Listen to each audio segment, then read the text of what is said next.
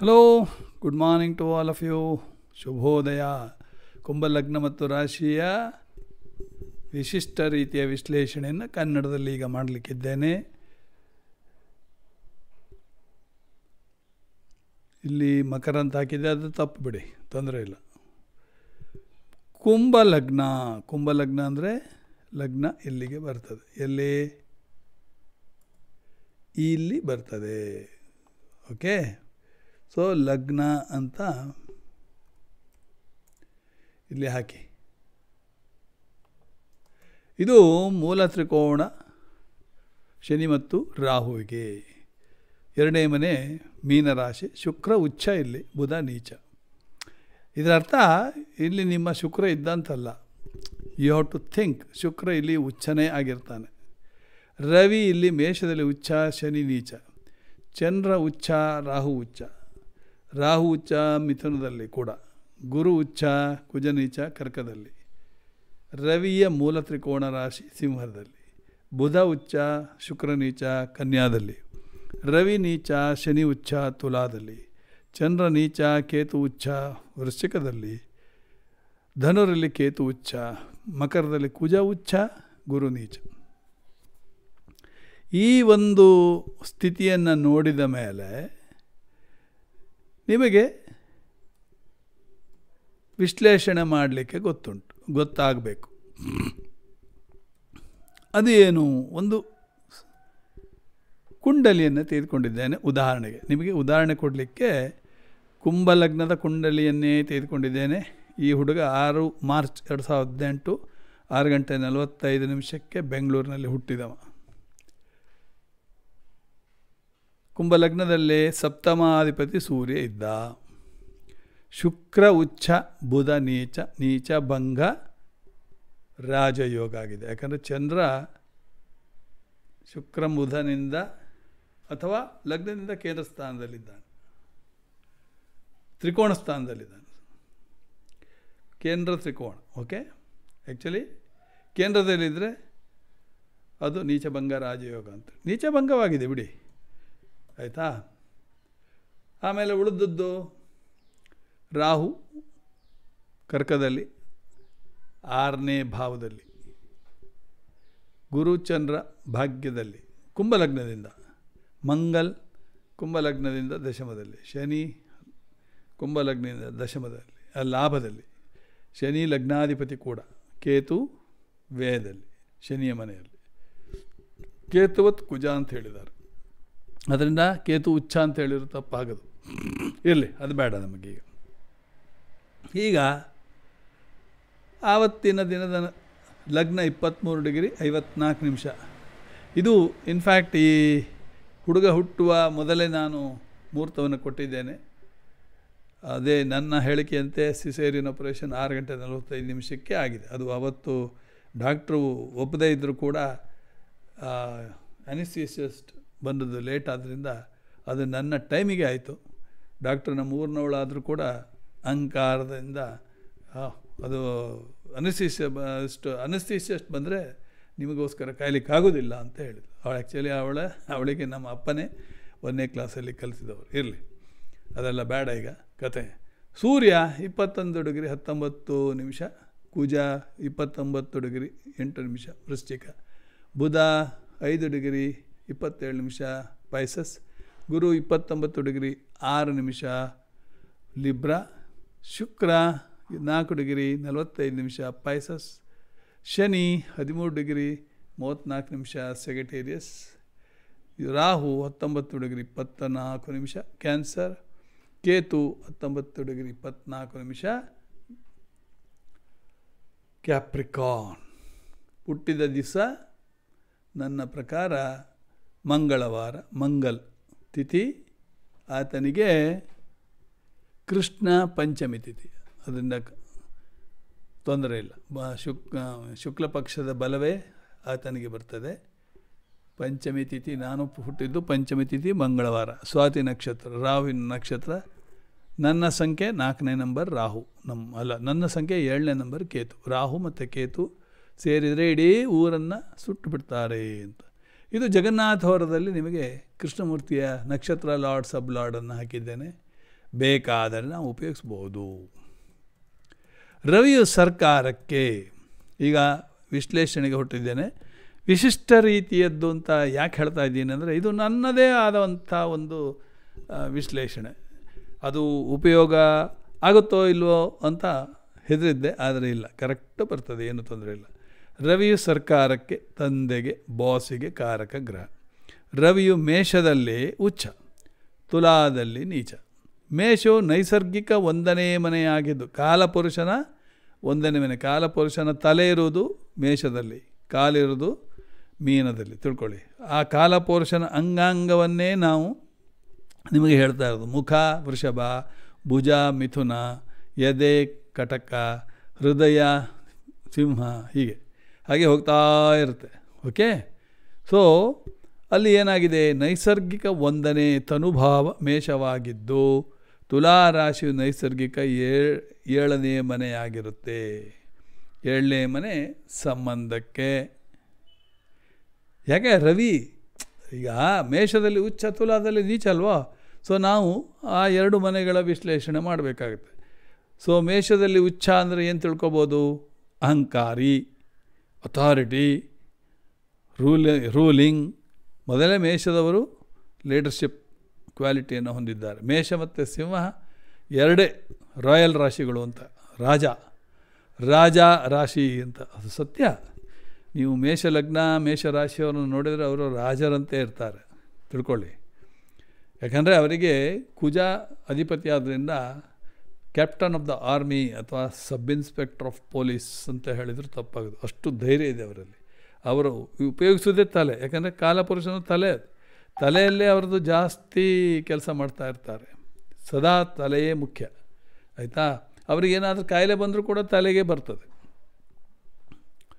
ಇಲ್ಲಿ ಏನಾಗ್ತದೆ, ನೈಸರ್ಗಿಕ ಉಚ್ಚ ರಾಶಿ ಅಂದರೆ, ಸೊ ರವಿ ಗ್ರಹಗಳ ರಾಜ. ಅದರಿಂದ ಕತ್ತಲನ್ನು ಓಡಿಸಿ ಬೆಳಕನ್ನು ಕೊಡುವಂಥ ಗ್ರಹ. ಇದೆಲ್ಲ ನೀವು ನಿಮ್ಮ ಜೀವನಕ್ಕೆ ಅನುಸರಿಸಬೇಕು, ಅಪ್ಲೈ ಮಾಡಬೇಕು. ಅರ್ಥ ಆಯ್ತಾ? ಇನ್ನು ತುಲಾ ರಾಶಿಯಲ್ಲಿ ಸೂರ್ಯ ನೀಚನಾದ್ರೇನು? ಅಹಂಕಾರ, ಜಮೀನು, ಭೂಮಿ ಇಳಿದಿದೆ. ಎಲ್ಲರಿಗೂ ಅಹಂಕಾರ ಇರಬಾರ್ದು. ಅಹಂಕಾರ ಇದ್ದರೆ ಅವರಿಗೆ 7.5 ಬರಬೇಕಂತ ನಾನು ಹಾರೈಸ್ತಾ ಇರ್ತೇನೆ. ಯಾಕಂದರೆ ಅವರ ಅಹಂಕಾರ ಮುರಿಬೇಕು ಅಂತ. ಕೆಲವರು ಅವರ ಮೇಲಕ್ಕೆ ಹೋಗ್ತಾರೆ, ಗೊತ್ತಿಲ್ಲ ಕೆಳಗಡೆ ಯಾವತ್ತಾದರೂ ಬೀಳಬೇಕು ಅಂತ. ಯಾಕಂದರೆ ನಿಮ್ಮನ್ನು ಹೂಳಬೇಕಾದ್ರೆ 6/3 ಜಾಗ ಬೇಕೇ ಬೇಕು, ಕೆಳಗಡೆ ಬರಲೇಬೇಕು, ನೋಡಲೇಬೇಕು, ಇರಲೇಬೇಕು. ಇಲ್ಲಿ 7ನೇ ಮನೆಯಲ್ಲಿ ರವಿ ನೀಚ. ಅದರಿಂದ ಪಬ್ಲಿಕ್ ಫಿಗರ್, ಸಾರ್ವಜನಿಕ ಕ್ಷೇತ್ರ. 7ನೇ ಮನೆ ಅಂದರೆ ಸಾರ್ವಜನಿಕ ಕ್ಷೇತ್ರ. ಸೊ 7ನೇ ಮನೆ ನಿಮಗೆ ಸಾರ್ವಜನಿಕವಾಗಿ ನೀವು ಎಲ್ಲರೂ ನಿಮ್ಮನ್ನು ಸುರೇಂದ್ರ ಅಂತ ಕರೀತಾ ಇರ್ತಾರೆ. ನನಗೆ ಅಲ್ಲಿ ಶುಕ್ರ ಮತ್ತು ಬುಧ ಇರೋದ್ರಿಂದ ನನ್ನ ಹೆಸರು ಹಾಗೇ ಪಾಪ್ಯುಲಾರಿಟಿ ಆಗಿರುತ್ತೆ. ಅರ್ಥ ಆಯ್ತಾ? ಇಲ್ಲಿ ಒಂದು ರೀತಿಯಲ್ಲಿ ಸಂಬಂಧ ಯಾಕೆ ಹೇಳಿದ್ರೆ 7th house is for spouse, relationship, ಆಯಿತಾ? ಅದಕ್ಕೋಸ್ಕರ ನಾವು ಅಲ್ಲಿ ಹೇಳ್ತಾ ಇರ್ತೇವೆ. ಸಾರ್ವಜನಿಕ ಬಹಳ ಪ್ಯಾರ ಅಂದರೆ ಪ್ರೀತಿಗೆ ಪಾತ್ರ ಆಗ್ತಾರೆ. ಕಾರಣ ಏನು ಹೇಳಿ? ರವಿ ನೀಚನಾದ್ರಿಂದ ಇದ್ದ ಅಹಂಕಾರವೆಲ್ಲ ಭೂಮಿಗೆ ಇಳಿದು ಹೋಗ್ತೇವೆ. ಇದರಿಂದಾಗಿ ಸ್ಪೌಸ್ ಕೂಡ ಧರೆಗಿಳಿದು ಹೋಗಿರುತ್ತಾಳೆ. ಆಗ ನಿಮಗೆ ಸಹಾಯವನ್ನು ಮಾಡಲು ಮುಂದೆ ಬರ್ತಾರೆ ಸ್ಪೌಸ್. ಸೊ ಇದು ಸ್ಪೌಸಿನ ಮನೆ ಆದ್ದರಿಂದ she has to be a popular figure ಅಷ್ಟೇ. ಮೇಷದಲ್ಲಿ ರವಿ ಉಚ್ಚನಾದ ಕಾರಣ ಅವರಲ್ಲಿ ಆಡಳಿತ, ಅಥಾರಿಟಿ ಮತ್ತು ಅಹಂಕಾರ ಎಲ್ಲವೂ ಇದ್ದು ಅವರೊಡನೆ ಮಾತನಾಡಲು ಕೂಡ ಕಷ್ಟಕರವಾಗಿರುತ್ತದೆ. ಆದರೆ ಕುಂಭ ಲಗ್ನಕ್ಕೆ ರವಿ ಉಚ್ಚನಾಗಿರುವುದು 4ನೇ ಮನೆ ಆಗುತ್ತೆ. ಅದೇ ನೀಚನಾಗಿರುವುದು ಭಾಗ್ಯದ ಮನೆ ಆಗುತ್ತೆ. ನೋಡಿ, ಇದು ಆಟೋಮೆಟಿಕಲಿ ಬ್ಲೆಸ್ಸಿಂಗ್ ಇನ್ ಡಿಸ್ಕೈಸ್ ಇದ್ದಾಗೆ. 4 ಮತ್ತು 9ನೇ ಮನೆ ಕಾರಕತ್ವಗಳ ಬಗ್ಗೆ ನಿಮಗೆ ಹೇಳುವುದೇ ಬೇಡ. 4ನೇ ಮನೆ ತಾಯಿಗೆ, 4ನೇ ಮನೆ ಸುಖಕ್ಕೆ, 4ನೇ ಮನೆ ಹೈಸ್ಕೂಲ್ ಎಜುಕೇಷನಿಗೆ, 4ನೇ ಮನೆ ವಾಹನಕ್ಕೆ, 4ನೇ ಮನೆ ಪ್ರಾಪರ್ಟಿಗೆ, ಇದೆಲ್ಲ ಇದೆ. ಅದೇ 9ನೇ ಮನೆ ತಂದೆಗೆ, ಧರ್ಮಕ್ಕೆ, ಫಾರಿನ್ ವಿದೇಶ ಸಂಚಾರಕ್ಕೆ, ಆಯಿತಾ? 9ನೇ ಮನೆ ಗುಡ್ ಲಕ್ಕಿಗೆ. ಸೊ ಇಲ್ಲಿ ರವಿಯಲ್ಲಿದ್ದಾನೆ, ಲಗ್ನದಲ್ಲೇ ಇದ್ದಾನೆ, ಕುಂಭ ಲಗ್ನದಲ್ಲೇ ಇದ್ದಾನೆ, ಶನಿ ಕ್ಷೇತ್ರದಲ್ಲಿದ್ದಾನೆ, ವೈರ್ಯ ಮನೆಯಲ್ಲಿದ್ದಾನೆ. ವೈರ್ಯ ಮನೆಯಲ್ಲಿ ಶನಿ ಯಾರು? ಮಗ. ಮಗನಿಗೆ ತಂದೆ ಮನೆಯಲ್ಲಿ ಫ್ರೀಡಮ್ ಇದೆ, ಆದರೆ ತಂದೆಗೆ ಮಗನ ಮನೆಯಲ್ಲಿ ಫ್ರೀಡಮ್ ಇಲ್ಲ, ಕಟ್ಟಿ ಹಾಕಿದಾಗಿದೆ. ಅದಕ್ಕೆ ರವಿಗೆ ಎನರ್ಜಿ ಕಮ್ಮಿ. ತಿಳ್ಕೊಳ್ಳಿ, ಇದು ನಿಮಗೆ ವಿಶ್ಲೇಷಣೆಗೆ ಭಾಳ ಬೇಕು. ಆದರೆ ಇಲ್ಲಿ ಏನಾಗ್ತದೆ ಅಂದರೆ, ರವಿ ಅಂದರೆ ಯಾರು? ಸಪ್ತಮ ಕಳತ್ರಕಾರಕ, ಹೆಂಡತಿಯಾದವಳು ಲಗ್ನಕ್ಕೆ ಬಂದಂದರೆ ಈ ಹುಡುಗ ಕೈಗೊಂಬೆ, ಹೆಂಡತಿಯ ಕೈಗೊಂಬೆ, ಪೆಟ್ಟಿಕೋಟ್ ಹಸ್ಬೆಂಡ್ ಮುಂದೆ ಅಂತ ಹೇಳಬಹುದು. ರವಿ ಯಾರು? ತಂದೆ ಹೇಳಿದ ಹಾಗೆ ಹುಡುಗ, ತಂದೆಯ ಕಂಟ್ರೋಲಿಂದ ಹೋಗ್ತಾ ಇರ್ತಾನೆ. ಆಯಿತಾ? ಎಷ್ಟು ನೋಡಿ ಬ್ಯೂಟಿಫುಲ್. ಈ ಥರ ಅನಾಲಿಸಿಸ್ ಮಾಡಿದ್ರೆ ಒನ್ ಮೇ ಫೀಲ್ ಹ್ಯಾಪಿನೆಸ್. ಈಗ ಚಂದ್ರನ ಬಗ್ಗೆ ಮಾತಾಡೋಣ. ಈಗ ಚಂದ್ರ ಎಲ್ಲಿದ್ದಾನೆ? 9ನೇ ಮನೆಯಲ್ಲಿದ್ದಾನೆ. ಚಂದ್ರ ನೈಸರ್ಗಿಕ ಸುಖಭಾವದ ಮನೆ ಅಧಿಪತಿ. ಅಂದರೆ ಚಂದ್ರ ಯಾರು? ತಾಯಿ. ಚಂದ್ರ ಯಾರು? ಮದರ್ಲಿ ಕ್ಯಾರಿಂಗ್ ನೇಚರನ್ನು ಕೊಡುವನು, ಸುಖವನ್ನು ಕೊಡುವನು. ಚಂದ್ರ ಯಾರು? ಅನ್ನಕ್ಕೆ ಕಾರಕ, ಹಾಲಿಗೆ ಕಾರಕ, ಹಾಲಿನ ಪ್ರಾಡಕ್ಟ್ಸ್, ಐಸ್ ಕ್ರೀಮಿಗೆ ಕಾರಕ. ಇದೆಲ್ಲ ಚಂದ್ರ. ಇವರು ನೋಡಿ, ಈ ಹುಡುಗ ಐಸ್ ಕ್ರೀಮ್ ಅಂದರೆ ಎದ್ದು ಬಿದ್ದು ಓಡ್ತಾನೆ. ಯಾಕಂದರೆ ಅವನಿಗೆ ಹೇಳೋದೇ ಬೇಡ, ಚಂದ್ರ 9ನೇ ಮನೆಯಲ್ಲಿದ್ದಾನೆ, ಗುರುವಿನ ಜೊತೆಯಲ್ಲಿದ್ದಾನೆ, ಗಜಕೇಸರಿ ಯೋಗವನ್ನು ಉಂಟು ಮಾಡಿದ್ದಾನೆ, ಭಾಗ್ಯದಲ್ಲಿ ಗುಡ್ ಲಾಕ್, ಧಾರ್ಮಿಕ ಹೌಸ್, ಧಾರ್ಮಿಕವಾಗಿ ಇರ್ತಾನೆ. ಆಯಿತಾ? ಇಲ್ಲಿ ಚಂದ್ರ ಎಲ್ಲಿ ಉಚ್ಚ? ವೃಷಭದಲ್ಲಿ ಉಚ್ಚ. ಎಲ್ಲಿ ನೀಚ? ವೃಶ್ಚಿಕದಲ್ಲಿ ನೀಚ. ಅಂದರೆ ನೈಸರ್ಗಿಕ 2ನೇ ಮನೆಯಲ್ಲಿ ಉಚ್ಚ, ನೈಸರ್ಗಿಕ ಅಷ್ಟಮ ಸ್ಥಾನದಲ್ಲಿ ನೀಚ. ಈಗ ಉಚ್ಚ ಸ್ಥಾನ ನೋಡಿದರೆ ಚಂದ್ರ ಯಾರು? ಅಕ್ಕಿಗೆ ಕಾರಕ, ಅನ್ನಕ್ಕೆ ಕಾರಕ, ಊಟಕ್ಕೆ ಕಾರಕ, ಆಹಾರಕ್ಕೆ ಕಾರಕ. 2ನೇ ಮನೆ ಆಹಾರ, ಮಾತು, ಆಮೇಲೆ ಐಶ್ವರ್ಯ, ಬಲಗಣ್ಣು ಎಲ್ಲ 2ನೇ ಮನೆ ಚಂದ್ರ, ತಾಯಿಯ ಮನೆ. ಸೊ ತಾಯಿ ಉಚ್ಚ, ತಾಯಿ ಕುಂಭಲಗ್ನದಿಂದ 4ನೇ ಮನೆ ಸುಖ ಸ್ಥಾನದಲ್ಲಿದ್ದಾನೆ. ಅಂದರೆ ಈತ ಮನೆಯಿಂದ ದೂರ ಇರಬೇಕು, ತಾಯಿಯಿಂದ ದೂರ ಇರಬೇಕು, ಹೋಮ್ಲ್ಯಾಂಡಿಂದ ದೂರ ಇರಬೇಕು. ಆವಾಗಲೇ ಇವನಿಗೆ ಪ್ರೋಗ್ರೆಸ್, ಅಭಿವೃದ್ಧಿ ಸಾಧ್ಯ. ನೋಡಿ, ನಾನು ಅದನ್ನು ನೋಡಬೇಕಂತಿಲ್ಲ, ಅದು ಆಟೋಮೆಟಿಕ್ಕಾಗಿ ಬಂದಿರುತ್ತೆ. ಹಾಗೆ ನೀವು ಕೂಡ, ಸರ್ ಅಲ್ಲಿ ನಂದು ಇಲ್ಲಿ ಕೇತು ಉಂಟು, ಅಲ್ಲಿ ಗುರು ಉಂಟು, ಇಲ್ಲಿ 3 ಗ್ರಹಗಳು ಉಂಟು ಅಂತ ನಾನು ದಯವಿಟ್ಟು ಹೇಳಲಿಕ್ಕೆ ಬರಬೇಡಿ. ನೀವೇ ಈ ಥರ ವಿಶ್ಲೇಷಣೆ ಮಾಡುವುದನ್ನು ಕಲಿಬೇಕು. ಕಲಿದೇ ಇದ್ದರೆ ಅದು ನಿಮಗೆ ಬಿಟ್ಟದ್ದು, ನನ್ನನ್ನು ಮಾತ್ರ ಕೇಳಬೇಡಿ. ಸ್ಪೂನ್ ಫೀಡಿಂಗಿಗೆ ನಾನು ನಿಮ್ಮ ತಾಯಿ ಅಲ್ಲ. ಅಮ್ಮನಾದರೆ ಮಾತ್ರ ಕೇಳಿ. ಸ್ಪೂನ್ ಫೀಡಿಂಗ್ ಮಾಡ್ತಾರೆ. ಎಷ್ಟೇ ಗಧಾ ಮಗ ಇದ್ದರೂ ಕೂಡ ಮಗ ಊಟ ಮಾಡು, ಅವನ ತಾಯಿಗೆ ಹೊಡೆದ್ರೂ ಕೂಡ ಆ ತಾಯಿ ಆದವಳು ಕರಿತಾ ಇರ್ತಾಳೆ. ಇದು ತಾಯಿಯ ಕರುಳು ಅಂತ ಹೇಳ್ತಾರೆ. ಇರಲಿ, ನಮಗೆ ಬ್ಯಾಡ, ಅಧಿಕ ಪ್ರಸಂಗ. ಆಯಿತಾ? ಈಗ ಇಲ್ಲಿ 2ನೇ ಮನೆ ಐಶ್ವರ್ಯದ ಮನೆ. ಸೊ ಆಟೋಮೆಟಿಕ್ ಈ ಜನ ಐಶ್ವರ್ಯವಂತನಾಗ್ತಾನೆ. ಉತ್ತಮ ಆಹಾರವನ್ನು 5 ಸ್ಟಾರ್ ಹೋಟೆಲ್ ಊಟವನ್ನು ಮಾಡುವನು. ಮನೆಯಲ್ಲಿದ್ದರೂ ಕೂಡ ವಿವಿಧ ಅಡುಗೆಯನ್ನು ಮಾಡಿ ಹಾಕುವ ತಾಯಿ. ಆಯಿತಾ? ಇವರುಗಳು 5 ಸ್ಟಾರ್ ಹೋಟೆಲ್ ಮಾಡ್ತಾನೆ ತಿಳಿಬೋದು. ಇದು ನಮ್ಮ ಕುಂಭ ಲಗ್ನಕ್ಕೆ 4ನೇ ಮನೆ ಆಗ್ತದೆ ಅಂದರೆ ಇದು ಅವರ ಅಮ್ಮನ ಮನೆ. ನಾನು ಇವಾಗೇ ಹೇಳಿದೆ ಅಲ್ವಾ, ಇವರ ಅಭಿವೃದ್ಧಿ ಆಗಬೇಕಾದ್ರೆ ತಾಯಿಯಿಂದ ದೂರ ಇರಬೇಕು. ಇನ್ನು ವೃಶ್ಚಿಕದಲ್ಲಿ ಚಂದ್ರ ನೀಚ ಅಂದರೆ ಏನಾಯಿತು? ಅಲ್ಲಿ ಹರ್ಡಲ್ಸ್, ಅನಗತ್ಯ ಹರ್ಡಲ್ಸ್ ಬರ್ತದೆ.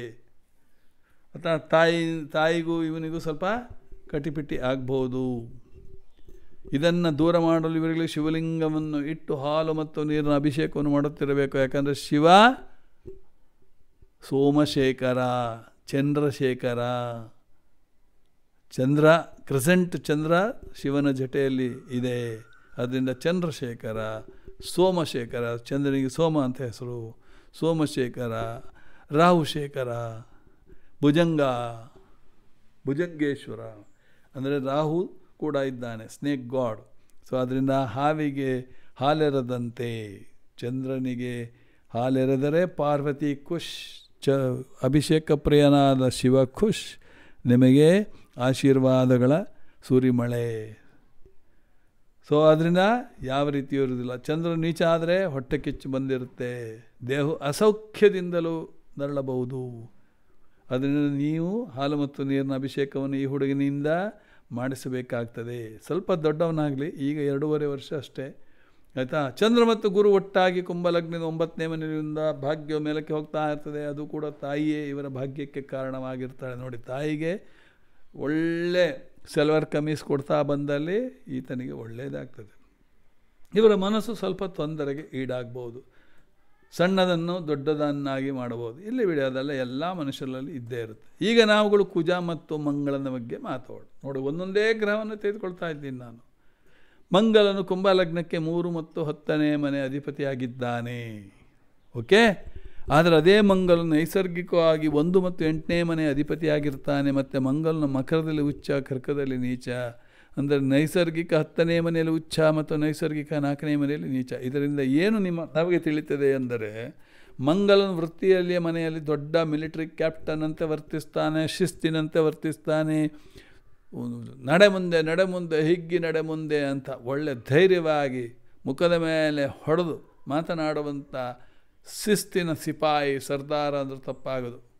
ಸೊ ಆಡಳಿತಕ್ಕೆ ಅದೇ ಬೇಕು. ಯಾಕಂದರೆ ಸುಮ್ಮನೆ ನರ್ಮಿ ಮನುಷ್ಯ ಏನೂ ಪ್ರಯೋಜನ ಇಲ್ಲ ಅಂತ ಪೆಟ್ಟೊಂದು ತುಂಡೆರಡು ಮಾಡುವಂಥ ಮನುಷ್ಯನೇ ಬೇಕಾಗ್ತದೆ ಆಡಳಿತಕ್ಕೆ.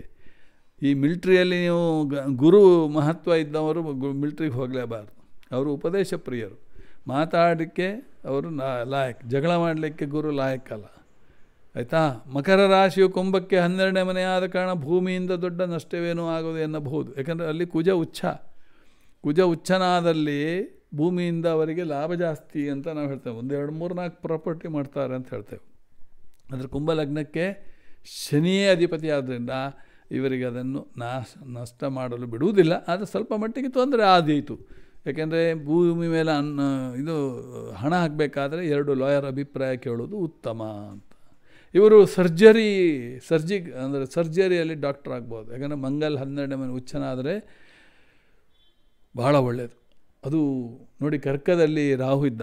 ರಾಹು ಮತ್ತು ಮಂಗಲ್ ಅಂದರೆ ಸರ್ಜರಿ ಪ್ರಿಯರು.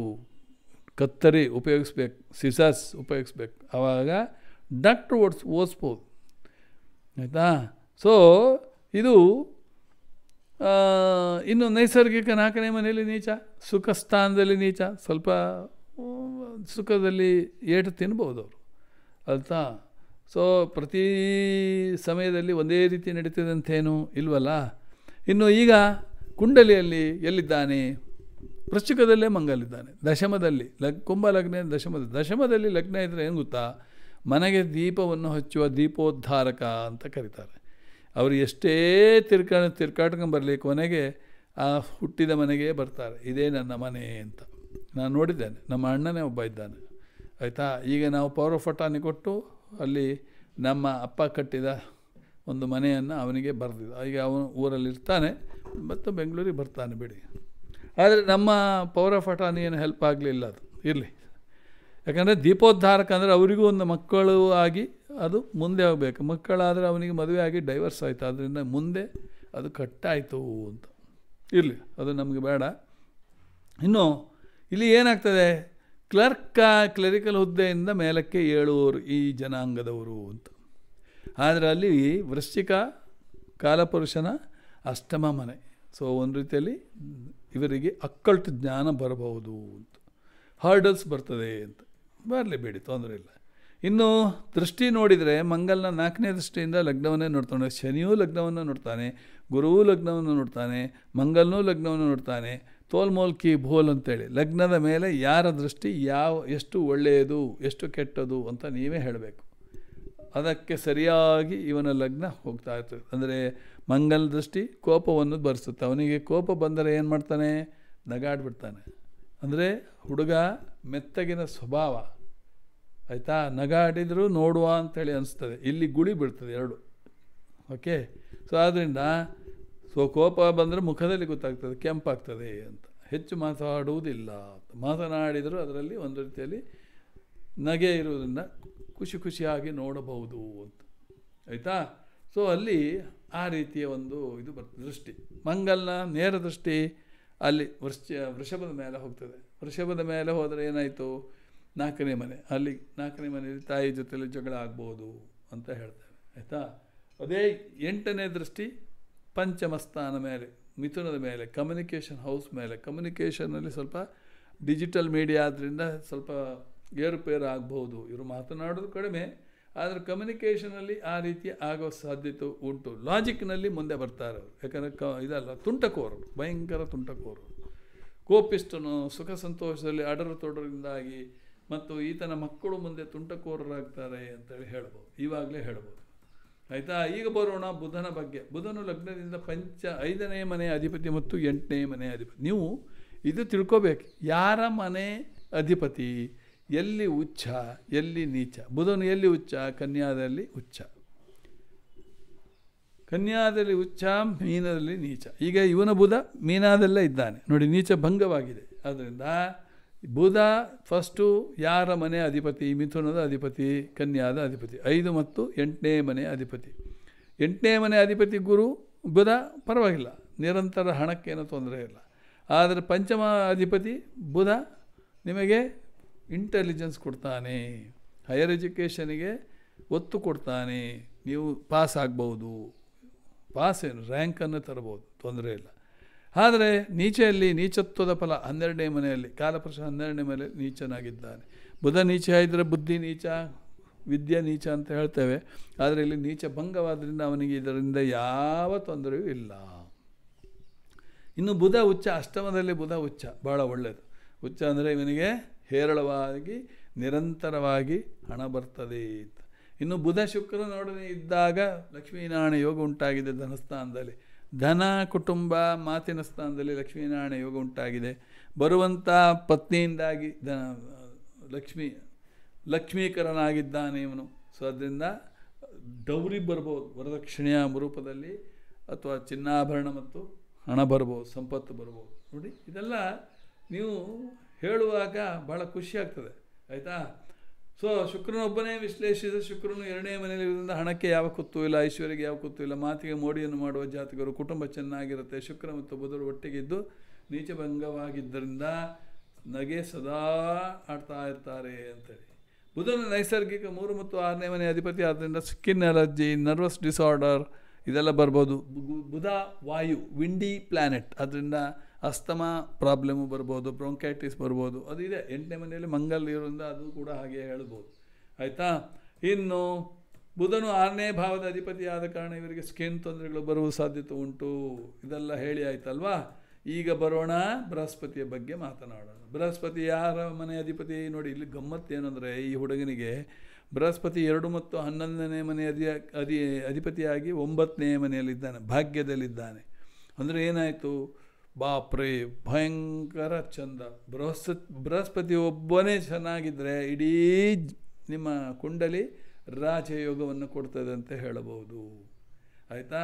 ಸೊ ಈಗ ನೈಸರ್ಗಿಕವಾಗಿ ತೆಗೆದುಕೊಂಡ್ರೆ ಅವನು ಭಾಗ್ಯದ ಮನೆ. ನೋಡಿ, ನೈಸರ್ಗಿಕವಾಗಿ ಧನುರಲ್ಲಿ ಅದು ಬೃಹಸ್ಪತಿ ಭಾಗ್ಯಾಧಿಪತಿ ಆಗ್ತಾನೆ. ಆಮೇಲೆ ಇಲ್ಲಿ 2ನೇ ಮನೆ ಅಂದರೆ ಅದು ಒಳ್ಳೆಯದಲ್ಲ, ನೈಸರ್ಗಿಕವಾಗಿ ಅದು 12ನೇ ಮನೆ ಆಗ್ತದೆ, ವ್ಯಯಸ್ಥಾನ ಆಗ್ತದೆ, ಮೋಕ್ಷದ ಮನೆ ಆಗ್ತದೆ. ಇವನ ಕೇತು ಇದ್ದದ್ದು ಮೋಕ್ಷದಲ್ಲೇ. 84 ಲಕ್ಷ ಜನ್ಮವನ್ನು ತಳೆದು ಅದರ ನಂತರ ಮನುಷ್ಯ ಜನ್ಮ ಬಂದಿದೆ ಇವನಿಗೆ. ಅದರಿಂದ ಇವನಿಗೆ ಯಾವ ಮೆಟೀರಿಯಲಿಸ್ಟಿಕ್ ವೆಲ್ತಿನ ಮೇಲೂ ಅವನಿಗೆ ಇಂಟ್ರೆಸ್ಟ್ ಇಲ್ಲ, ಕಾಳಜಿ ಇಲ್ಲ. ಅರ್ಥ ಆಯ್ತಾ? ನೋಡಿ, ಇದು ನಾನು ಯಾಕೆ ನಿಮಗೆ ಈ ಕುಂಡಲಿಯನ್ನು ಕೊಟ್ಟಿದ್ದೇನೆ ಅಂದರೆ ಅದೊಂದು ಉದಾಹರಣೆಗೆ ಮಾತ್ರ. ನೀವು ಒಂದು ಕುಂಡಲಿಯನ್ನು ವಿಶ್ಲೇಷಣೆ ಮಾಡುವುದು ಹೇಗೆ ಅನ್ನೋದು ನಿಮಗೆ ಗೊತ್ತಾಗ್ತದೆ. ಅದೇ ರೀತಿ ಕುಂಡಲಿ ನಿಮ್ಮದು ಇರಬೇಕಂತೇನಿಲ್ಲ. ನಿಮ್ಮ ಕುಂಡಲಿ ಬೇರೆ ಬೇರೆ ಗ್ರಹಗಳು ಬೇರೆ ಬೇರೆ ಮನೆಯಲ್ಲಿ ಇರ್ಬೋದು. ಅದನ್ನು ನಿಮಗೆ ಮಾಡುವಂಥ ಕ್ರಮ ಹೇಗೆ ಅಂತ ನಾನು ನಿಮಗೆ ಹೇಳಿಕೊಡ್ತಾ ಇದ್ದೇನೆ ಅಷ್ಟೇ ವಿನಃ ನಿಮ್ಮನ್ನು ಕೈ ಹಿಡಿದು ಎಳ್ಕೊಂಡು ಹೋಗಿ ನಾನು ಮಾಡಲಿಕ್ಕೆ ಆಗೋದಿಲ್ಲ, ಆಯಿತಾ. ಐಶ್ವರ್ಯದಿಂದ ತುಂಬಿ ತುಳುಕೋಳಾಗಿರ್ತಾಳೆ ಯಾರು? ಬರುವ ಹೆಂಡತಿ. ಹಳ್ಳಿಯ ಭಾಷೆಯಲ್ಲಿ ಹೇಳುವುದಾದರೆ ಬರುವವಳು ಮಹಾರಾಣಿ ಇವಳು ಅನ್ನಲು ಸಾಧ್ಯತೆ ಇದೆ. ಇದು ಸಾರ್ವಜನಿಕ ಕ್ಷೇತ್ರವಾಗಿದ್ದು ಸಾರ್ವಜನಿಕರು ಈಕೆ ಭಾಳ ಪ್ರಸಿದ್ಧಿಯಾಗುವುದು ಇದೆ ಅನ್ನಿ. ಯಾತಕ್ಕೆ? ಬೃಹಸ್ಪತಿ ಇರೋದು 7th ಹೌಸ್, ನೈಸರ್ಗಿಕ 7ನೇ ಮನೆ, ಸಾರ್ವಜನಿಕ ಕ್ಷೇತ್ರ.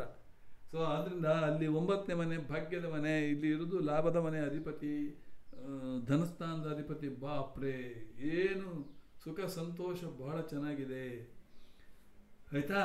ಸೊ ಅಂದರೆ ಇವರಿಗೆ ಸುಖ ಸಂತೋಷ, ಆಸ್ತಿ ಪಾಸ್ತಿಗಳಿಗೆ ಯಾವ ದಿಕ್ಕತ್ತು ಇಲ್ಲ. ತಾಯಿಯ ಸುಖವು ಅನ್ಯೋನ್ಯವಾಗಿರ್ತದೆ. ಅಧಿಪತಿಯಾದ ಚಂದ್ರನ ಕಾರಣ ಒಳ್ಳೆಯ ಕ್ಯಾರಿಂಗ್ ಮಾಡುವಳಾಗಿ ಹೇಳಬಹುದು.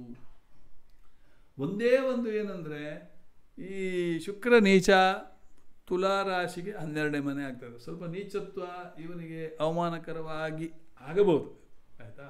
ಆಗಬೇಕಂತೇನಿಲ್ಲ, ಆಗಬಹುದು. ಯಾಕಂದರೆ ಗುರು ಇದ್ದಲ್ಲಿ ಎಲ್ಲ ಸುಗಮ, ಎಲ್ಲ ಮಾಫ್, ಎಲ್ಲ ಒಳ್ಳೆಯ ರೀತಿಯಲ್ಲೇ ಹೋಗ್ತದೆ ಅಂತ ಅದನ್ನು ನೀವು ಹೇಳಬೇಕಾಗ್ತದೆ, ಆಯಿತಾ. ಆಮೇಲೆ ಬೃಹಸ್ಪತಿಯ ದೃಷ್ಟಿ ಒಂದು ಲಗ್ನದ ಮೇಲೆ ಬೃಹಸ್ಪತಿಯ ನೇರ ದೃಷ್ಟಿ, ಮೇಷದ ಮೇಲೆ ಬೃಹಸ್ಪತಿಯ 9ನೇ ದೃಷ್ಟಿ ಮಿಥುನದ. ಸೊ ಎಲ್ಲೆಲ್ಲಿ ಬೃಹಸ್ಪತಿಯ ದೃಷ್ಟಿ ಬೀಳ್ತದೋ ಅಲ್ಲಲ್ಲಿ ಒಳ್ಳೆಯದಾಗ್ತದೆ, ಎಲ್ಲೆಲ್ಲಿ ಶನಿಯ ದೃಷ್ಟಿ ಬೀಳ್ತದೋ ಅಲ್ಲಲ್ಲಿ ಹಾಳಾಗ್ತದೆ. ಒಂದು ವೇಳೆ ಶನಿಯ ದೃಷ್ಟಿ ಬೃಹಸ್ಪತಿ ದೃಷ್ಟಿ ಕ್ಲಾಶ್ ಆದರೆ ಬೃಹಸ್ಪತಿ ದೃಷ್ಟಿಯನ್ನು ಮೇಲಕ್ಕೆ ತೆಗೆದುಕೊಳ್ಬೋದು. ಅದಕ್ಕೆ ಹೇಳೋದು, ಫಸ್ಟು ಬಲ ನೋಡಿ, ಷಡ್ಬಲದಲ್ಲಿ ಯಾವ ಗ್ರಹಗಳಿಗೆ ಎಷ್ಟು ಬಲ ಇದೆ ಅಂತ ನೋಡಬೇಕು, ಆಯಿತಾ. ಆವಾಗ ನಿಮಗೆ ಅದು ಅರ್ಥ ಆಗ್ತದೆ. ಸೊ ನಾನೀಗ ಕಮ್ಯುನಿಕೇಷನ್ ಅಂದರೆ ಡಿಜಿಟಲ್ ಮೀಡಿಯಾ ಇರೋದ್ರಿಂದ ಕಮ್ಯುನಿಕೇಷನ್ ಉತ್ತಮವಾಗಿರ್ತದೆ, ಯಾಕಂದರೆ ಇವನ ಬೃಹಸ್ಪತಿಯ ದೃಷ್ಟಿ ಅಲ್ಲಿ ಇದೆ. ಆಮೇಲೆ 3ನೇ ಮನೆ ಮೇಷರಾಶಿ ಕುಂಭದಿಂದ 3ನೇ ಮನೆ, ಮೇಷರಾಶಿಯ ಮೇಲೆ ಬೃಹಸ್ಪತಿಯ ದೃಷ್ಟಿ ಇರೋದ್ರಿಂದ ಸೊ ಅದು ಕೂಡ ಸಿಬ್ಲಿಂಗ್ಸ್ ಹೌಸ್, ನೆರೆಹೊರೆಯವರ ಮನೆ, ಆಮೇಲೆ ಯಾವುದು ಹಾಬೀಸ್ ಮನೆ, ಆಮೇಲೆ ಇದು 3ನೇ ಮನೆ ಸಣ್ಣ ಪುಟ್ಟ ಪ್ರಯಾಣದ ಮನೆ, ಕಮ್ಯುನಿಕೇಷನ್ ಮನೆ, ಇದೆಲ್ಲ ಅವನಿಗೆ ಒಳ್ಳೆಯದಾಗ್ತದೆ ಅಂತ ಹೇಳ್ಬೋದು. ಅಂದರೆ this fellow ideally this fellow is A very good fellow, he is liked by each and everybody ಅಂತ ಹೇಳ್ಬೋದು. ಅಂದರೆ ಜಾತಕ ಒಂದು ಒಳ್ಳೆದಿದ್ದರೆ ಅವನಿಗೆ ಮುಂದೆ ಯಾವ ರೀತಿಯಲ್ಲಿ ತೊಂದರೆ ಇಲ್ಲ ಅಂಥೇಳಿ ಹೇಳ್ಬೋದು. ಆದರೆ ಮನುಷ್ಯ ಆದಮೇಲೆ ತೊಂದರೆ ಬರಲೇಬೇಕು, ಅದಕ್ಕೆಲ್ಲ ನಾವು ಏನು ಮಾಡಲಿಕ್ಕೆ ಆಗೋದಿಲ್ಲ, ಆಯಿತಾ. ಇನ್ನು ಶುಕ್ರನ ಬಗ್ಗೆ ನಾನು ಆಲ್ರೆಡಿ ಹೇಳಿ ಆಯಿತು, ಇನ್ನು ಅದನ್ನು ಮತ್ತೆ ಹೇಳುವುದಿಲ್ಲ, ಆಯಿತಾ. ಆಮೇಲೆ ಇಲ್ಲಿ ಶನಿಯ ಬಗ್ಗೆ ಬಂದು ಮಾತಾಡೋದು. ಶನಿಯು ಲಗ್ನಾಧಿಪತಿ ಮತ್ತು ವ್ಯಯಾಧಿಪತಿಗೆ ಆಗಿದ್ದು ಲಾಭದಲ್ಲಿ ಇರುವನು. ನೋಡಿ, ಶನಿ ಲಗ್ನಾಧಿಪತಿ, ತ್ರಿಕೋಣ ಸ್ಥಾನಾಧಿಪತಿ ಶನಿ, ಆದ್ದರಿಂದ ಇವನಿಗೆ ಶನಿ ಏನೂ ಮಾಡುವುದಿಲ್ಲ, ಆಯಿತಾ. ಶನಿ ಉಚ್ಚದಲ್ಲಿ ತುಲಾದಲ್ಲಿ ನೋಡಿ, ಅಲ್ಲಿ ಗುರು ಕೂಡ ಇದ್ದ, ಶನಿ ಅಲ್ಲಿ ಉಚ್ಚ. ಅಂದರೆ 9ನೇ ಮನೆ ತುಲಾ ರಾಶಿಯಲ್ಲಿ ಗುರು ಚಂದ್ರ ಇಬ್ಬರೂ ಇದ್ದಾರೆ, ಅಲ್ಲಿ ಶನಿ ಉಚ್ಚನಾದಲ್ಲಿ ನಿಮ್ಗೆ ಗೊತ್ತೇ ಇದೆ ಯಾವ ರೀತಿಯ ಒಂದು ಈತನಿಗೆ ಸಂಬಂಧ ಉಂಟಾಗ್ತದೆ ಅಂಥೇಳಿ. ಶನಿ ಮೇಷದಲ್ಲಿ ನೀಚ ಅಂದರೆ ಕರ್ಮದಲ್ಲಿ ಸ್ವಲ್ಪ ಸ್ಟ್ರಗಫಾರ್ ಆಗ್ಬೋದು. Hard work it may be required, hard work, without hard work ಈ can not be coming up ಅಂಥೇಳಿ ಇರ್ಬೋದು, ಆಯಿತಾ. ನೈಸರ್ಗಿಕ ಸಪ್ತಮ ಸ್ಥಾನ, ನೈಸರ್ಗಿಕ ತನುಸ್ಥಾನದಲ್ಲಿ ಶನಿ ಉಚ್ಚ ನೀಚ. ಸೊ ಕುಂಭ ಲಗ್ನದಿಂದ ಭಾಗ್ಯಕ್ಕೆ ಬರ್ತದೆ, ಯಾವುದು 7ನೇ ಮನೆಯಲ್ಲಿ ಶನಿ ಉಚ್ಚನ ಆದರೆ ಭಾಗ್ಯದ ಲಕ್ಷ್ಮೀ ಬಾರಮ್ಮ ಆಗ್ತಾರೆ. ಅಂದರೆ ಬರುವಂಥ ವ್ಯಕ್ತಿ ಭಾಗ್ಯದ ಲಕ್ಷ್ಮೀ ಬಾರಮ್ಮ ಅಂತೇಳಿ ಹೇಳ್ಬೋದು. ಸೊ ನೋಡಿ ಯಾವ ರೀತಿಯಲ್ಲಿ ಬರ್ತದೆ ಅಂತೇಳಿ. ಸೊ ಇಲ್ಲಿ ಇನ್ನು ಶನಿ ಮಹಾರಾಜನ ಕಮಲತ್ ನೋಡಿ, ಅಂದರೆ ಈ ಮನುಷ್ಯರು ಹೇಗೆ ಸರಿ ಬರ್ತಾರೆ ಹೇಳಿ. ಇಲ್ಲಿ ಕಾರಣ ಶನಿಯು ಕರ್ಮಕಾರಕ ಕಾರಣ, ಇವರ ವೃತ್ತಿಯಲ್ಲಿ ಪರಿಶ್ರಮ ಇಲ್ಲದೆ ಇವರಿಗೆ ಸಂಬಳ ದಕ್ಕಲಾರದು, ಇವರ ಕಾಂಪಿಟೇಷನ್ಗೆ ಬೂದಿ ಬೆಳೆದಿರ್ತದೆ, ಇವರ ಹಾಬೀಸಿಗೆ ತುಕ್ಕು ಹಿಡಿದಿರ್ತದೆ, ಹೀಗೆ ಎಲ್ಲ ಆಗ್ತದೆ. ಕೆಲವೊಮ್ಮೆ ಹೀಗೆಲ್ಲ ಆಗಲೂ ಬೇಕು, ಅದು ಶನಿ ಮಹಾರಾಜನ ಕಮಲತ್. ಹಾಗಿಲ್ಲ ಅಂದರೆ ಈ ಮನುಷ್ಯರು ಹೇಗೆ ಸರಿ ಬರ್ತಾರೆ ಹೇಳಿ. ದುಡ್ಡು ಕೈಯಲ್ಲಿದ್ದರೆ ಕುಡಿ ಮಹಾರಾಜ ಅಂತಾರೆ, ದುಡ್ಡು ಇಲ್ಲ ಅಂದರೆ ಬೇಡು ಮಹಾರಾಜ ಅಂತಾರೆ. ಇವರಿಗೆ ಏನು ಹೇಳುವ ಅವಶ್ಯಕತೆ ಇಲ್ಲ, ಯಾಕಂದರೆ ಅವರಿಗೆ ಹೇಳಿದರೆ ಅಯ್ಯ ನನಗೆ ಇವನು ಹೇಳ್ತಾನಲ್ಲ ಅಂಥೇಳಿ ಬಂದುಬಿಡುತ್ತೆ, ಆಯಿತಾ. ಸೊ ದೂರಾಲೋಚನೆ ಎನ್ನುವುದು ಯಾರಿಗೂ ಇಲ್ಲ. ಅಂದರೆ ನಿಮಗೆಲ್ಲ ಕೋಪ ಬಂದಿತ್ತು, ನಾನು ನೋಡಿದ್ದೇನೆ. ನೀವು ಜೀವನದಲ್ಲಿ ತುದಿಗೆ ಏರಿದಾಗ ಅಷ್ಟೂ ನಿಮಗೆ ತಿಳಿದಿರೋದಿಲ್ಲ, ಮುಂದೆ ಒಂದು ದಿನ ನಾನು ಕೆಳಗೆ ಹೋಗಲೇಬೇಕನ್ನೋದು. ಇವಾಗಲೇ ಅದಕ್ಕಾಗಿ ನಾವು ಸಿದ್ಧತೆಯನ್ನು ನಡೆಸೋಣ ಅಂತ ಭವಿಷ್ಯದ ಬಗ್ಗೆ ನೀವು ಯೋಚನೆಯೇ ಮಾಡುವುದಿಲ್ಲ. ಎಲ್ಲ ಯೋಚನೆ ಮಾಡೋದು ನಾನು ಮತ್ತು ನನ್ನ ಹೆಂಡತಿ ಮತ್ತು ನನ್ನ ಮಗ ಮತ್ತು ಮಗಳು, ನಾನು ನನ್ನ ಹೆಂಡತಿ ಆಶಾ ಕಿರಣ ಅಂತ ನಾನು ಯಾವಾಗಲೂ ಹೇಳ್ತಾ ಇರ್ತೇನೆ. ಇದನ್ನು ಬಿಟ್ಟು ಬರಬೇಕು ನೀವು, ಆಯಿತಾ. ಈ ಕೊರೋನಾದಲ್ಲಿ ನಾನು ಈ ನ್ಯೂಕ್ಲಿಯಸ್ ಫ್ಯಾಮಿಲಿಯನ್ನೇ ಹೇಳಿದ್ದಾರೆ, ನಾನು ಮತ್ತು ನನ್ನ ಗಂಡ ಯಾರೂ ಇಲ್ಲ, ಕೊರೋನಾದಲ್ಲಿ ಸತ್ರು ಕೂಡ ಯಾರೂ ಹೋಗೋದಿಲ್ಲ. ಸೊ ತಿಳ್ಕೊಳ್ಳಿ. ಸೊ ಇಲ್ಲಿ ನಿಮಗೆ ಅನುಭವ ಆಗಿರಬೇಕು, ಏನಂದರೆ ಯಾರಿಗೂ ಯಾರಿಲ್ಲ ಎರವಿನ ಸಂಸಾರ, ನೀರ ಮೇಲಿನ ಗುಳ್ಳೆ ನಿಜವಲ್ಲ ಹರಿಯೇ, ಪುರಂದರದಾಸರ ಕೀರ್ತನೆ ಈಗ ನಿಮ್ಗೆ ಗೊತ್ತಾಗಿರ್ಬೇಕು. ಕೊರೋನಾ ಪೀರಿಯಡಲ್ಲಿ ಕಲಿಸಿರ್ಬೇಕಂದ್ರೆ ಯಾರಿಗೂ ಮರಗದಿರಿ, ನಿಮ್ಮ ಕರ್ಮ ನಿಮ್ಮನ್ನೇ ಮುಂದುವರಿಸ್ತದೆ ವಿನ ಬೇರೆ ಯಾರು ನಿಮ್ಮ ಕರ್ಮಕ್ಕೆ ಸಾಟಿ ಇಲ್ಲ ಅಂತ ತಿಳ್ಕೊಳ್ಳಿ. ಕೊರೋನಾ ಸಮಯದಲ್ಲಿಯೂ ಹಣ ಬರ್ತದೆ. ನೋಡಿ ಈ ಭವಿಷ್ಯ ಯಾಕೆ ಹೇಳ್ತಾ ಇದ್ದೀನಿ ಅಂದರೆ, ನೀವು ಆ ರೀತಿಯಾಗಿ ಮಾಡಿದಲ್ಲಿ ಕೊರೋನಾ ಪೀರಿಯಡಲ್ಲಿ ಎಷ್ಟೋ ಜನ ಸ್ಯಾಲ್ರಿ ಇಲ್ಲದೆ ಮನೆಯಲ್ಲಿ ಕೂತವರಿದ್ದಾರೆ, ಪಾಪ ಊಟ ಇಲ್ಲದೆ ಪರದಾಡುವರಿದ್ದಾರೆ. ಆದರೆ ನೀವು ಸ್ವಲ್ಪ ಯೋಚಿಸಿದರೆ ಕೊರೋನಾ ಪೀರಿಯಡಲ್ಲಿ ಹಣವನ್ನು ಸಂಪಾದಿಸುವ ವಿಚಾರದ ಬಗ್ಗೆಯೂ ನೀವು ಥಿಂಕ್ ಮಾಡ್ಬೋದು, ಆಯಿತಾ. ಆದರೆ ಅದಕ್ಕೆ ನಮ್ಮಲ್ಲಿ ಅಹಂಕಾರ ಇಲ್ಲದೆ ಇರಬೇಕು. ಅಂದರೆ ನಿಮ್ಮ ಬುದ್ಧಿ ನೀಟಾಗಿರ್ಬೇಕು, ಸರಿ ಇರಬೇಕು. ಅದರಿಂದ ದೂರ ಆಲೋಚನೆ ಮಾಡಿ ಬ್ಯಾಂಕ್ ಬ್ಯಾಲೆನ್ಸನ್ನು ಹೇಗೆ ಉಳಿಸ್ಕೊಳ್ಬೇಕು ಅನ್ನೋದ್ರ ಬಗ್ಗೆ ಥಿಂಕ್ ಮಾಡಬೇಕು ನೀವು.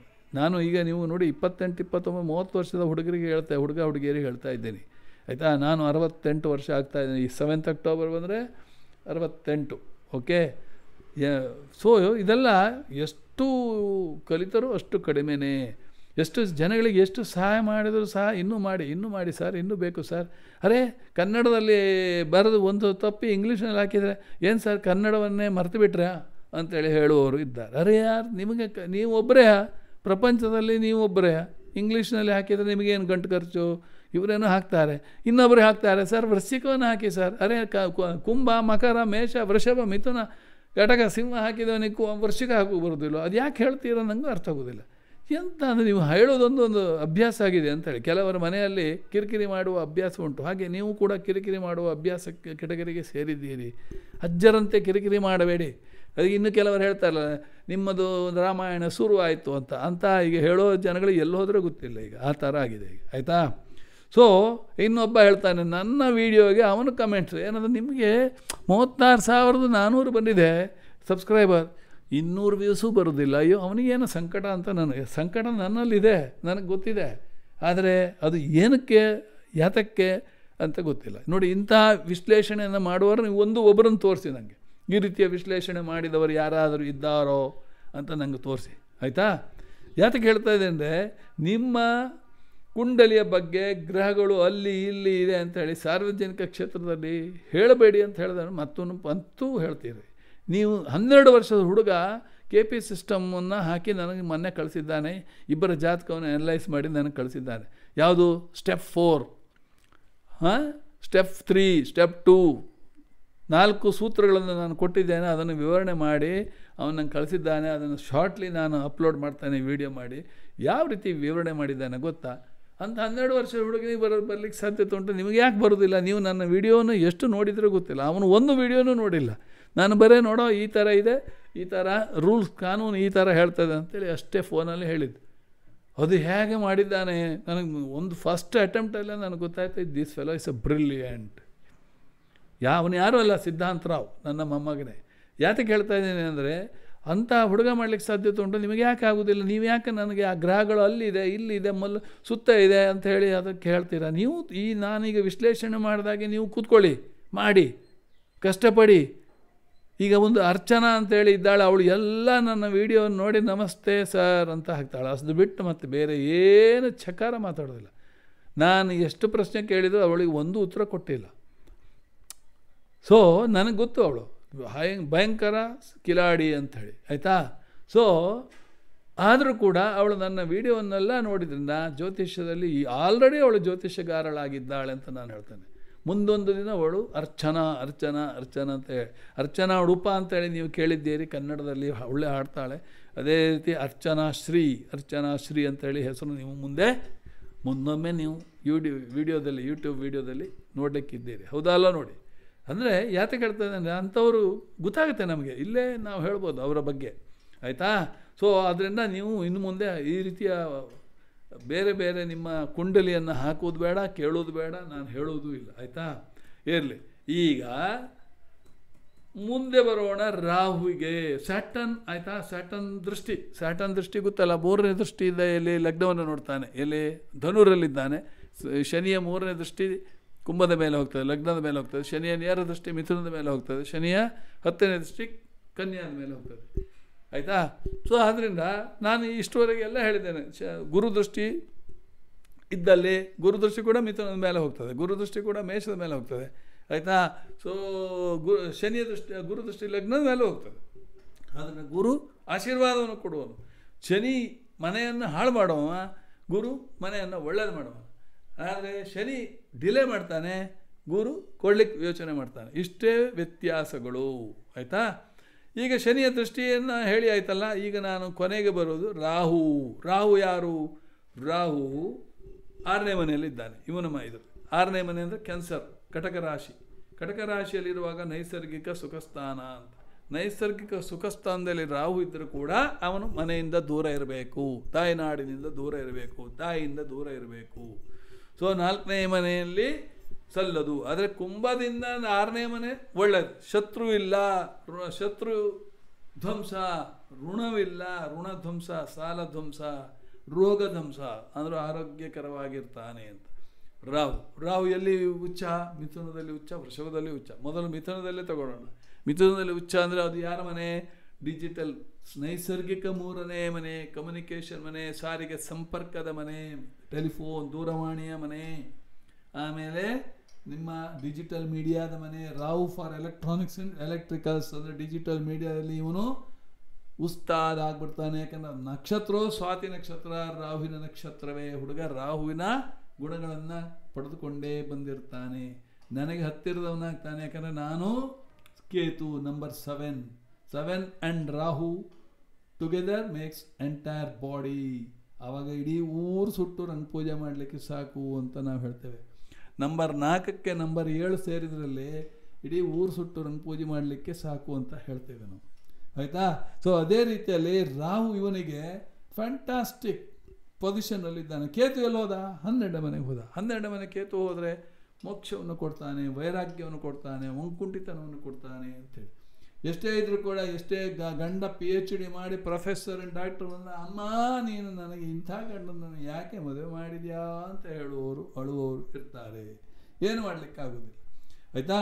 ಇನ್ನು ಅಸೆಂಡೆಂಟ್ ಆ್ಯಂಗಲಲ್ಲಿ ನೋಡೋ, ರಾಹು ಇಲ್ಲಿದ್ದಾನೆ, is in 6th house, indicating the native is disease free ಅಂತ ಇವಾಗಲೇ ಹೇಳಿದ್ದಾನೆ, ಆಯಿತಾ. ಆಮೇಲೆ ರಾಹು ಆಸ್ಪೆಕ್ಟಿಂಗ್ ಯಾರು? 5th ಹೌಸ್, 5th ಆಸ್ಪೆಕ್ಟ್ ಮಾಡ್ತಾನೆ. ರಾಹು ಕರ್ಕದಲ್ಲಿ ಕೂತು ಮೀನವನ್ನು ನೋಡ್ತಾ ಇದ್ದಾನೆ.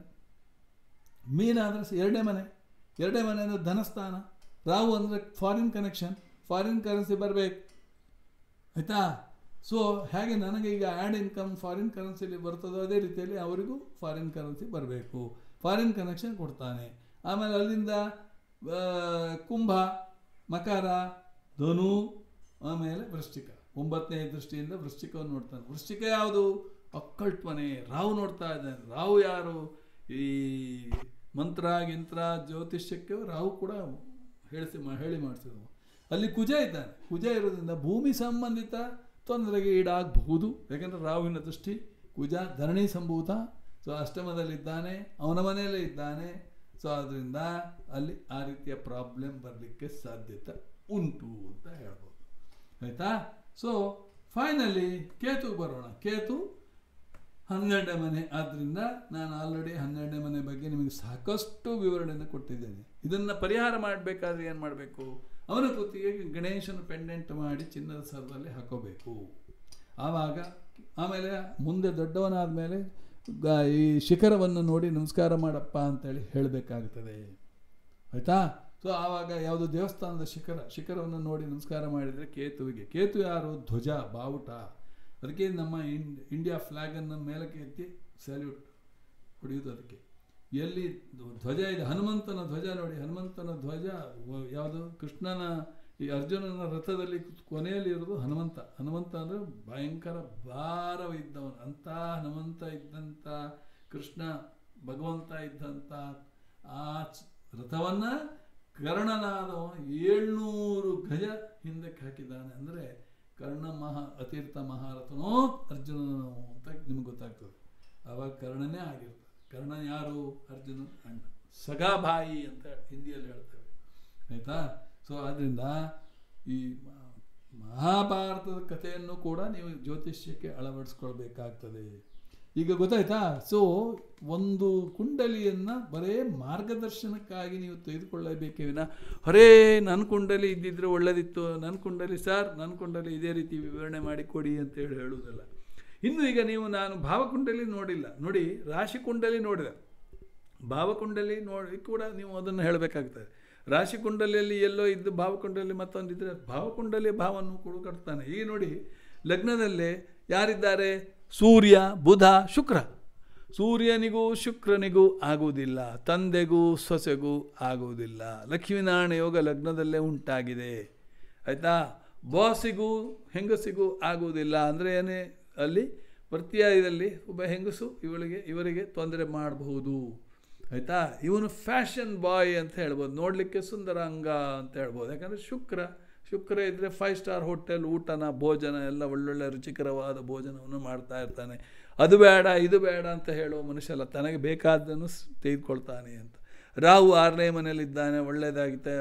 ಬೃಹಸ್ಪತಿ ಚಂದ್ರ ಭಾಗ್ಯದಲ್ಲಿದ್ದಾನೆ, ಏನು ತೊಂದರೆ ಇಲ್ಲ. ಬೃಹಸ್ಪತಿ ಚಂದ್ರ ಆಮೇಲೆ ಮಂಗಲ್ ದಶಮದಲ್ಲೇ ಇದ್ದಾನೆ, ಸೊ ಶನಿ ಲಾಭದಲ್ಲೇ ಇದ್ದಾನೆ. ಸೊ ಬಾಕಿ ಉಳಿದಲ್ಲ ಏನು ಚಂದ್ರ, ಶುಕ್ರನ ಬಗ್ಗೆ ಮಾತ್ರ ಚೇಂಜ್ ಆಯಿತು. ಯಾಕಂದರೆ ಅಲ್ಲಿ ಬುಧ ನೀಚ ಇದ್ದ ಅಂತ ನಾವು ಹೇಳಿದ್ದೇವೆ, ಆದರೆ ಇಲ್ಲಿ ಕುಂಭಕ್ಕೆ ಬುಧ ಹೋಗ್ಬಿಟ್ಟ, ನೀಚತ್ವ ಹೋಯ್ತಲ್ಲಿ. ಅರ್ಥ ಆಯ್ತಾ? ಸೊ ಬುಧ ಎಲ್ಲಿ ಆವಾಗ ಲಗ್ನದಲ್ಲೇ ಬುಧ ಇದ್ದ. This fellow is A very intelligent fellow. ನಾವು ಹೇಳ್ತೇವಲ್ಲ ಬರೀ ಲಾಜಿಕ್ ಯೂಸ್ ಮಾಡ್ತಾನೆ ಅಂಥೇಳಿ, ಅಲ್ಲ, ಈತ ತನ್ನ ಬುದ್ಧಿಯನ್ನು ತನ್ನ ವಿದ್ಯೆಯನ್ನು ಉಪಯೋಗಿಸುವಂಥ ಮನುಷ್ಯ. ನೋಡಿ, ಭಾವಕುಂಡಲಿಯಿಂದ ಕೂಡ ನೀವು ಹೇಳ್ಬೋದು. ಆಯಿತಾ? ಸೊ ಈ ರೀತಿಯ ಆವಾಗ ಇದು 3 ಗ್ರಹಗಳು ಇಲ್ಲಿ ಸಪ್ತಮ ಸ್ಥಾನ ನೋಡ್ತಾರೆ. ಅಂದರೆ ಏನಾಯಿತು, ಬರುವಂಥ ಹೆಂಡತಿ ಕೂಡ ರಿಚೆಸ್ಟ್ ಪರ್ಸನ್ ಅಂತ ಹೇಳೋದು, ಶ್ರೀಮಂತ ಹೆಣ್ಣು ಸಿಗ್ತಾಳೆ, ಬಡ ಹೆಣ್ಣು ಸಿಗುವುದಿಲ್ಲ. ಆಯಿತಾ? ಇಷ್ಟು ನೋಡಿ, ಕುಂಭ ಲಗ್ನ ಮತ್ತು ಕುಂಭ ರಾಶಿಗೆ ಇಷ್ಟು ವಿವರಣೆಯನ್ನು ಕೊಟ್ಟಿದ್ದೇನೆ. ಇಷ್ಟನ್ನು ಹೇಳಿ 9481156540 ಇಸ್ ಮೈ ಮೊಬೈಲ್ ನಂಬರ್. ಮತ್ತೆ ಮೊಬೈಲ್ ನಂಬರ್ ಕೊಡಿ ಅಂತೇಳಿ ಯಾರು ಫೋನ್ ಮಾಡಬೇಡಿ ಅಥವಾ ಬರಿಬೇಡಿ. ಆಯಿತಾ? ಇಷ್ಟನ್ನು ಹೇಳಿ ಇಲ್ಲಿಗೆ ಮುಗಿಸ್ತೇನೆ. ಎಲ್ಲರಿಗೂ ಒಳ್ಳೆಯದಾಗಲಿ. ನೀವು ಕಲಿಯಿರಿ, ನಾವು ಕಲಿತೇವೆ. ನಮಸ್ಕಾರ.